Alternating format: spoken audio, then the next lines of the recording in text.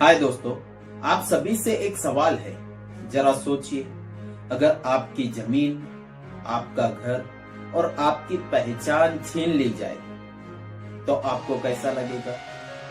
आज यही बात इजराइल फिलिस्तीन के साथ कर रहा है। इजराइल कहता है कि वो हजारों सालों से वहां पर रह रहा है और फिलिस्तीन के लोग कहते हैं कि वो सदियों से रह रहे हैं। क्यों इजराइल फिलिस्तीन को तबाह और बर्बाद कर रहा है?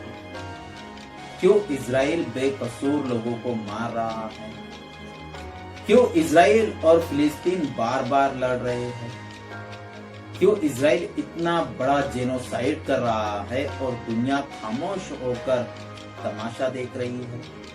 आज इस वीडियो में हम इन सभी सवालों के जवाब जानेंगे। लेकिन आपसे एक सवाल है, क्या ये दो मजहबों की लड़ाई है या इसके पीछे कोई और खेल खेला जा रहा है? आगे वीडियो में हम आपको इसकी असली वजह बताएंगे। History of Palestine.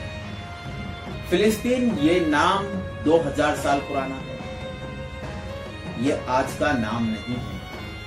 135 बीसी में रोमन अंपायर और यहूदियों के बीच जंग हुई। फिलिस्तीन के ऊपर रोमन अंपायर ने हमला किया और इसमें हजारों यहूदियों का कत्लेआम हुआ, जेनोसाइड हुआ। यहां तक कि जो उनका टेंपल था, सोलोमन टेंपल था, उसे भी तोड़ दिया गया।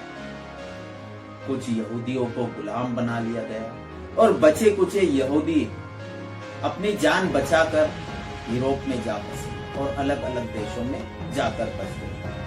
यहूदियों का नाम और निशान मिटाने के लिए रोमन अंपायर ने उसे नाम दिया साइरिया पैलेस्टीनिया। ये नाम रोमन अंपायर ने दिया, यानी इजराइल बनने से पहले 1800 साल पहले उसे फिलिस्तीन नाम दिया गया।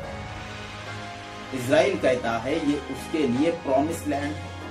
उनकी किताबों में कहा गया है कि ये उनके खुदा की तरफ से ये जमीन उनको दी गई है। क्या किताबों के दावों को सच माना जाएगा? फिलिस्तीन का जो सबूत है यह 17वीं और 18वीं शताब्दी में मिलता है, यानी ओटोमन अंपायर में और ब्रिटिश में फिलिस्तीन नाम का देश था। यरूशलेम की जो जमीन है वो तीनों मजहबों के लिए इंपॉर्टेंट है। एक है यहूदी यानी सोलोमन टेंपल, दूसरा है मुसलमान अल अक्सा मस्जिद और तीसरे है क्रिश्चियन यानी उनका वहां पर चर्च है। नहीं, यहूदी चाहते थे कि उनका एक देश बने और पूरी दुनिया के अंदर यहूदियों को मारा जा रहा था, उन पे जुल्म और सितम किए जा रहे थे और सबसे ज्यादा यहूदी यूरोप में बसे हुए थे और वहां पर नेशनलिज्म के नाम पर, देशभक्ति के नाम पर उनका जेनोसाइड हो रहा था। पूरी दुनिया के अंदर यहूदी सेफ नहीं थे, वो अपने आप को सेफ नहीं मान रहे थे। थियोडोर हर्जल नाम के इंसान ने एक ऑर्गेनाइजेशन बनाई जिसका नाम रखा वर्ल्ड जियोनिज्म ऑर्गेनाइजेशन। इस ऑर्गेनाइजेशन का वो लीडर था, यानी हर्जल उसका लीडर था।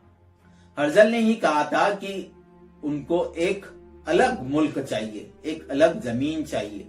वो जमीन है फिलिस्तीन की। ये ऑर्गेनाइजेशन का काम था कि किसी भी तरह जो है फिलिस्तीन के अंदर जाकर यहूदियों को बसाया जाए और यहूदी वहां पर जाकर बच जाए। हर्जल का ये ऑर्गेनाइजेशन बहुत ही तेजी से बढ़ गया। वो ऑर्गेनाइजेशन बहुत ही ज्यादा फेमस हुआ और ये ऑर्गेनाइजेशन को सपोर्ट कर रहे थे ब्रिटेन, अमेरिका और फ्रांस। जब यूरोप में यहूदियों को मारा जा रहा था, उनको सताया जा रहा था, तब ये तीनों देश यहूदियों को सपोर्ट कर रहे थे। ब्रिटेन ने ओटोमन अंपायर से बात की और उसमें हर्जल भी था। हर्जल ने ओटोमन अंपायर से बातचीत की। जो ओटोमन सुल्तान थे अब्दुल हमीद सेकंड, उनसे बात हुई। हर्जल ने कहा कि उनको फिलिस्तीन की जगह में रहने का अधिकार दिया जाए, एक मुल्क बसाना है यहूदियों का सेपरेट। तो उस पर अब्दुल हमीद ने कहा था कि ये कौम की अमानत है, ये जगह मुसलमानों की है, इसकी इजाजत उनको उनका मजहब नहीं देता है।